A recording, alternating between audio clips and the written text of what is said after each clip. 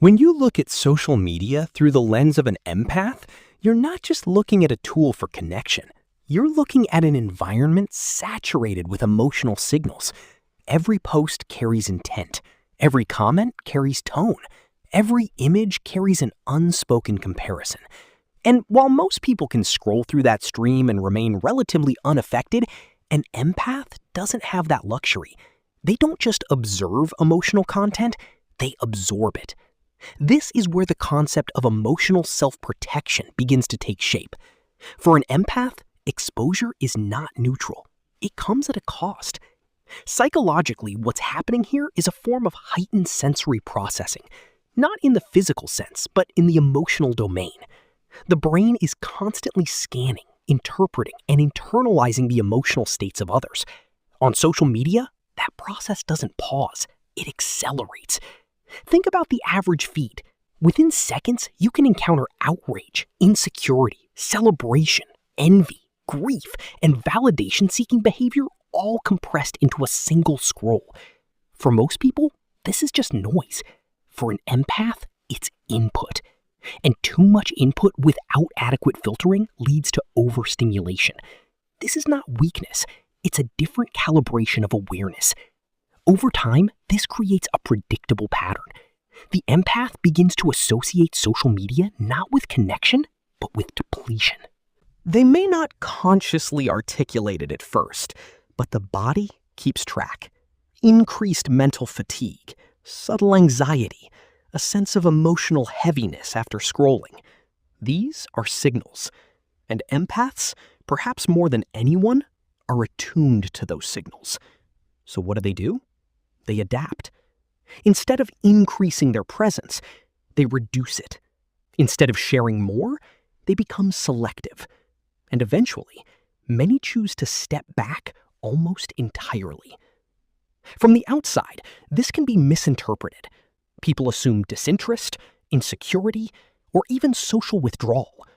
But the reality is far more calculated. This is not avoidance, it's regulation. There's also a deeper philosophical layer to this. Social media operates on a principle of constant exposure. Visibility is currency. The more you show, the more you're seen. But for an empath, visibility without boundaries feels like vulnerability without control. And when you are naturally receptive to emotional input, uncontrolled exposure becomes unsustainable. So they begin to draw a line. They start asking questions that most people never consider. What am I taking in right now? How is this affecting my internal state? Is this interaction nourishing or is it draining? These are not casual reflections. These are protective mechanisms. And over time, they lead to a very intentional form of disengagement.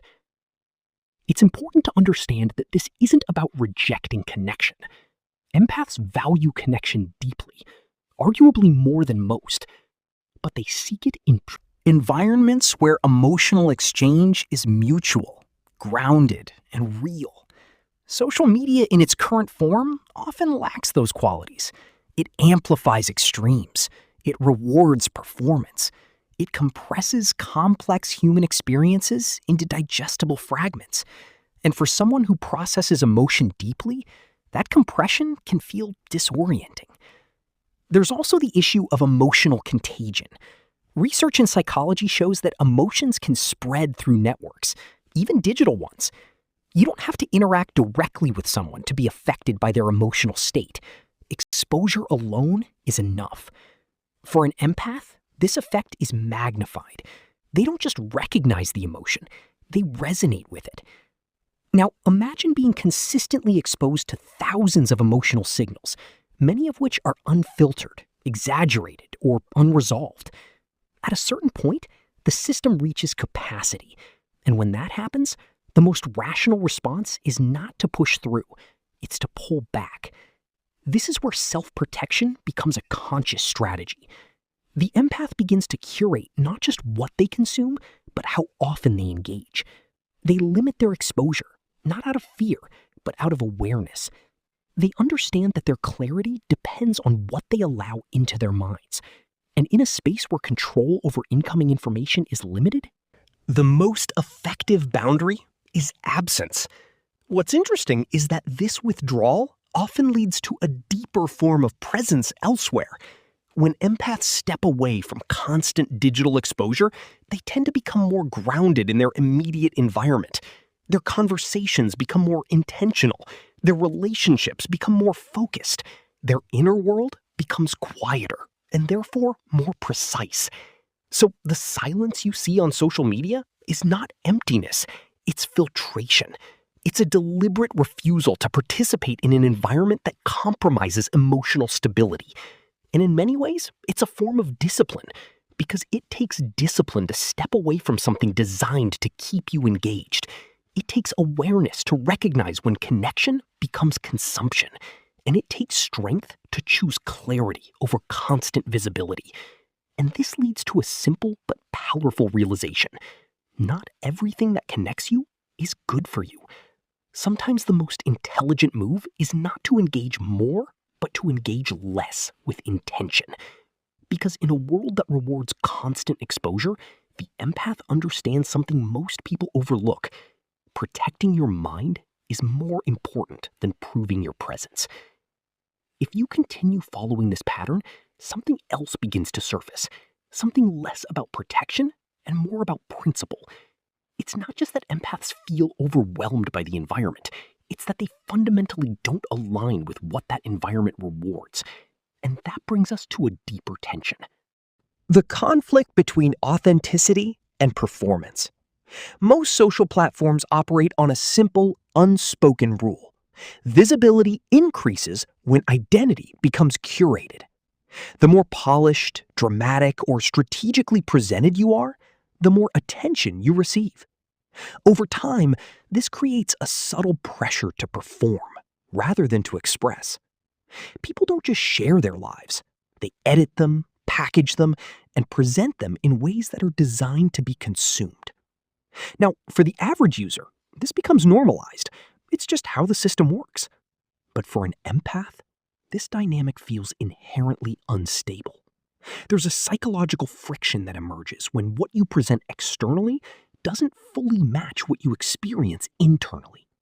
And empaths are particularly sensitive to that misalignment, not just in others, but in themselves. They can sense when something is off. When they consider posting, it's rarely a casual decision. There's an internal evaluation that happens, often in the background. Is this real? Is this an accurate reflection of my state? Or am I shaping this to be received a certain way? And if the answer leans toward performance even slightly, it creates discomfort. This discomfort is rooted in something important, what psychologists might describe as self-concept integrity. The alignment between who you are internally and how you present yourself externally. When that alignment is strong, there's a sense of coherence. When it's disrupted, even in small ways, it creates tension. For empaths, that tension is amplified. They don't easily compartmentalize. They don't switch between real self and online self without noticing the shift. So when social media implicitly asks they to exaggerate, filter, or selectively present their lives, it feels less like participation and more like distortion. And here's where most people misunderstand the silence. They assume empaths are holding back because they lack confidence or because they don't want attention. But in many cases, it's the opposite. It's not a lack of identity. It's a refusal to dilute it. They are not avoiding visibility. They are avoiding inauthentic visibility. There's also a philosophical dimension to this. When identity becomes something you construct for an audience, it starts to shift your relationship with yourself. You begin to think in terms of perception rather than truth. How will this be seen replaces, is this accurate? And over time, that shift can subtly reshape behavior. Empaths are highly resistant to that shift. They place a premium on internal truth, not because it's easy, but because it's stable. It doesn't fluctuate with feedback. It doesn't depend on approval.